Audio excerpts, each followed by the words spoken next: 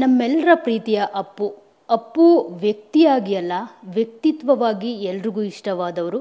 ಇವತ್ತಿಗೂ ಅವರ ವ್ಯಕ್ತಿತ್ವದಿಂದನೇ ಎಲ್ಲರೂ ಕೂಡ ಅವರನ್ನು ಇಡೀ ಕನ್ನಡಿಗರು ಪ್ರತಿ ಮನೆಯಲ್ಲೂ ಪೂಜೆ ಮಾಡ್ತಿರುವಂಥದ್ದು. ಸೊ ಈಗ ಒಂದು ಖುಷಿ ವಿಚಾರ ಅಂತ ಅಂದರೆ, ಅಪ್ಪು ಎಲ್ರಿಗೂ ಮತ್ತಷ್ಟು ಸನಿಹ ಆಗ್ತಿದ್ದಾರೆ ಅವರ ಪುಸ್ತಕದ ಮೂಲಕ. ಅಂದರೆ ಅವರ ಬಯೋಗ್ರಫಿ ಬಗ್ಗೆ, ಜೀವನ ಚರಿತ್ರೆ ಬಗ್ಗೆ ಪುಸ್ತಕ ಬರ್ತಿದೆ. ಅಶ್ವಿನಿ ಅವರು ಅಭಿಮಾನಿಗಳಿಗೆ ಉಡುಗೊರೆಯಾಗಿ ಈ ಪುಸ್ತಕವನ್ನು ಖ್ಯಾತ ಲೇಖಕರಾದ ಪ್ರಕೃತಿ ಎನ್ ಬನವಾಸಿ ಜೊತೆ ಸೇರಿಕೊಂಡು ಈ ಪುಸ್ತಕವನ್ನು ಬರೆದಿರುವಂಥದ್ದು ಸುಮಾರು 2.5 ವರ್ಷಗಳಿಂದ. ಅಫ್ಕೋರ್ಸ್ ಅಪ್ಪು ಅವ್ರ ಬಗ್ಗೆ ಇನ್ನಷ್ಟು ಸ್ವಾರಸ್ಯಕರ ವಿಚಾರಗಳನ್ನು ನಮಗೆ ಕೊಡೋದಕ್ಕೆ ಪುಸ್ತಕ ರೆಡಿ ಆಗ್ತಾ ಇದೆ. ನಮ್ಮ ಜೊತೆ ಇದೀಗ ಲೇಖಕರಾದ ಪ್ರಕೃತಿ ಎನ್ ಬನವಾಸಿ ಅವರಿದ್ದಾರೆ. ಸೊ ನಮ್ಮ ಮಾತನಾಡ್ಸೋಣ, ಏನೆಲ್ಲ ವಿಚಾರಗಳು ಮತ್ತು ಇಂಟ್ರೆಸ್ಟಿಂಗ್ ಸಂಗತಿಗಳು ಆ ಪುಸ್ತಕದಲ್ಲಿ ಇರುತ್ತೆ. ನಾವು ವ್ಯಕ್ತಿತ್ವವಾಗಿ ನೋಡಿದ್ವಿ ಅಪ್ಪು ಅವರನ್ನು. ಸೊ ಸರ್, ಈಗ ನೀವು ವ್ಯಕ್ತಿಯಾಗಿ ಅಪ್ಪು ಅವರನ್ನು ಪರಿಚಯ ಮಾಡಿಕೊಡ್ತಿದ್ದೀರಾ. ಹೀರೋ ಆಗಿ ನೋಡಿದ್ವಿ ನಾವು, ಆದರೆ ಕೆಲವೊಂದು ಸಂಗತಿಗಳು ಗೊತ್ತಿತ್ತು ಅಪ್ಪು ಅವರು ಹೇಗಿರ್ತಾಯಿದ್ರು ಸರಳ ವ್ಯಕ್ತಿಯಾಗಿ ಅಂತೆಲ್ಲ. ಆದರೆ ಇನ್ನಷ್ಟು ವಿಚಾರಗಳನ್ನು ನೀವು ನಮಗೆ ತಲುಪಿಸ್ತಿದ್ದೀರಾ ಇಡೀ ಕನ್ನಡಿಗರಿಗೆ. Thank you so much sir. So ಹೇಗಿರುತ್ತೆ ಅಪ್ಪು ಅವರ ಪುಸ್ತಕ, ಯಾವ ಥರ ಪ್ರೆಸೆಂಟ್ ಮಾಡ್ತಿದ್ದೀರಾ ನಮ್ಮೆಲ್ರಿಗೂ ಅವರನ್ನು ಹೇಳ್ಬೋದಾ ಸರ್? ಮ್ಯಾಮ್, ಇದು ನಮಸ್ಕಾರ ಎಲ್ಲ ವೀಕ್ಷಕರಿಗೂ. ಮ್ಯಾಮ್, ನಿಮಗೂ ನಮಸ್ಕಾರ. ಇದು ಅಶ್ವಿನಿ ಅವರು ಹೊಂದಿದ್ದ ಒಂದು ಕನಸು. ಅಶ್ವಿನಿ ಅವರ ಕನಸನ್ನು ನಾನು ನಿರೂಪಿಸ್ತಾ ಇದ್ದೀನಿ ಅಷ್ಟೇ. ಆಮೇಲೆ ಅವರು ಸುಮಾರು 2 ವರ್ಷದ ಹಿಂದೆಯೇ ನಾನು ಅವರು ಕೂತ್ಕೊಂಡು ಚರ್ಚೆ ಮಾಡಿದ್ವಿ. ಅವ್ರಿಗೆ ಹೇಳಿದ್ವಿ, ನಾನು ಸುಮಾರು 2 ವರ್ಷದ ಹಿಂದೆಯೇ ನಾನು ಮತ್ತು ಅಶ್ವಿನಿ ಅವರು ಕೂತ್ಕೊಂಡು ಡಿಸೈಡ್ ಮಾಡಿದ್ವಿ ಒಂದು ಬಯೋಗ್ರಫಿ ಬರೆಯೋಣ ಅಂತ. ನಿಮಗೆ ಗೊತ್ತಿದೆ, ಅಪ್ಪಾಜಿ ಅವರ ಬಯೋಗ್ರಫಿನ ನಾನು ಮತ್ತು ಅಪ್ಪು ಮತ್ತು ನಾವು ಸುಮಾರು 8 ವರ್ಷ ಬರೆದ್ವಿ. ಸೊ ಅದರಲ್ಲಿ ಆ 8 ವರ್ಷದ ಒಡನಾಟದಲ್ಲಿ ಅಶ್ವಿನಿ ವಾಸ್ ಇಂಟೆಗ್ರಲಿ ಇನ್ವಾಲ್ವ್ಡ್.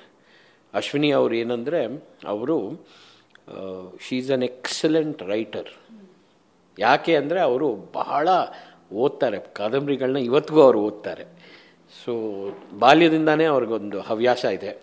ಸೊ ಅವರು ಏನಂದರೆ, she has an I for detail. ಅವರು ಬಹಳ ಸೂಕ್ಷ್ಮವಾಗಿ ನಮ್ಮ ಎಡಿಟೋರಿಯಲ್ ಟೀಮು ಮಿಸ್ ಮಾಡಿರೋದನ್ನು ಅವರು ಕಂಡುಹಿಡಿತಾರೆ. ಸೊ ಆ ಕಾರಣದಿಂದ ನಾನು ಅಪ್ಪುಗೆ ಹೋಗ್ಬಿಟ್ಟು ಹೇಳ್ತಾ ಇದ್ದೆ ಎಷ್ಟೋ ಸತಿ, Appu, you don't know your wife is such a damn good editor, she is so good ಅಂತ. ಆವಾಗ ನಾನು ತೋರಿಸ್ತಾ ಇದ್ದೆ, see man, we miss this, Ashwini corrected this ಅಂತ. ಸೊ ಆವಾಗ ನನಗೆ ಗೊತ್ತಿತ್ತು that Ashwini is a damn good editor. She is edited. ಅವರು ನಮ್ಮ ಇದು ಅಪ್ಪಾಜಿ ಅವರ ಆತ್ಮಚರಿತ್ರೆನ ಅಶ್ವಿನಿನೇ ಎಡಿಟ್ ಮಾಡಿರೋದು. ಸೊ ಆವಾಗಲೇ ನನಗೆ ಒಂದು ಇದಿತ್ತು, ಏನು, she can be a great writer ಅಂತ. ಬಟ್ ಏನಾಯಿತು ಅಂದರೆ, ಒಂದು 2 years ಹಿಂದೆ ನಾವು ಡಿಸೈಡ್ ಮಾಡಿದ್ವಿ. ಅಶ್ವಿನಿ ಸೆಡ್, ಸರಿ, ವಿ ವಿಲ್ ರೈಟ್ ಅಂತ. ಸೊ ಆವಾಗ ಭಾಳಷ್ಟು ಸತಿ ನಾನು ಇಂಟರ್ವ್ಯೂಸ್ ಮಾಡಿದೆ. ಆಮೇಲೆ ಮುಂಚೆ ನೀವು ಹೇಳ್ದಂಗೆ ಅಪ್ಪು ಅವರ ಬಾಲ್ಯದಿಂದ ಶುರು ಮಾಡಿದ್ವಿ. ಸೊ ಅವರ ಬಾಲ್ಯದಿಂದ ನಾವು, ಅಶ್ವಿನಿ ಅವರು ನಾನು ಕೂತ್ಕೊಂಡು ಎಲ್ಲ ವಿಷಯಗಳನ್ನ ತಿಳ್ಕೊಂಡು, ಅವರು ಹುಟ್ಟಿರುವ ಒಂದು ಆಸ್ಪತ್ರೆಯಿಂದ ಹಿಡಿದು ಅದರ ಬ್ಯಾಕ್ಗ್ರೌಂಡು ಅದೆಲ್ಲ ಅರ್ಥ ಮಾಡಿಕೊಂಡು ನಾವು ಪ್ರೆಸೆಂಟ್ ಮಾಡ್ತಾಯಿದ್ದೀವಿ.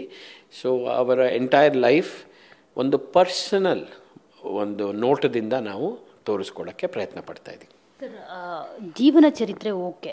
ಸೊ ಅಪ್ಪುವಿನ ಭಾವನಾತ್ಮಕ ಜೀವನ ಚರಿತ್ರೆ ಯಾಕೆ ಅಂತ? ಮ್ಯಾಮ್, ಇವಾಗ ಅಪ್ಪು ಅವರ ಅಭಿಮಾನಿಗಳು ನೋಡದೇ ಇರೋ, ಅಪ್ಪು ಅವ್ರನ್ನ ವೈಯಕ್ತಿಕವಾಗಿ ನೋಡದೇ ಇರೋ ಅಭಿಮಾನಿಗಳು ಕೂಡ ಬಹಳ ಸುಂದರವಾಗಿ ಕಲಾಕೃತಿಗಳನ್ನು ಮಾಡ್ತಾರೆ. ಅವರ ಮನಸ್ಸಲ್ಲಿ ಅಪ್ಪು ಯಾರು ಅಂತ ಅವ್ರಿಗೇನು ಅನಿಸಿಕೆ ಇದೆಯೋ ಅದನ್ನು ಅವರು ಬಹಳ ಕಲಾತ್ಮಕ ರೀತಿಯಲ್ಲಿ ಅದನ್ನು ಅವರು ಪ್ರಸ್ತುತಿಸ್ತಾರೆ ಅಲ್ವಾ.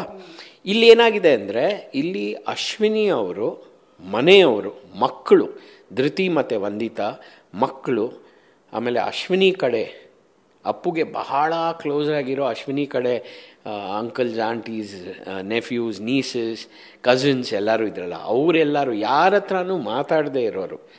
ಅವ್ರು ಯಾರ ಹತ್ರನೂ ಒಂದಿನೂ ಹೋಗ್ಬಿಟ್ಟು ಮಾತಾಡಿಲ್ಲ.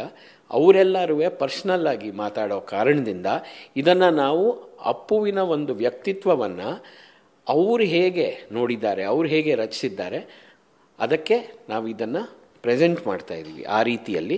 So it is a personal tribute.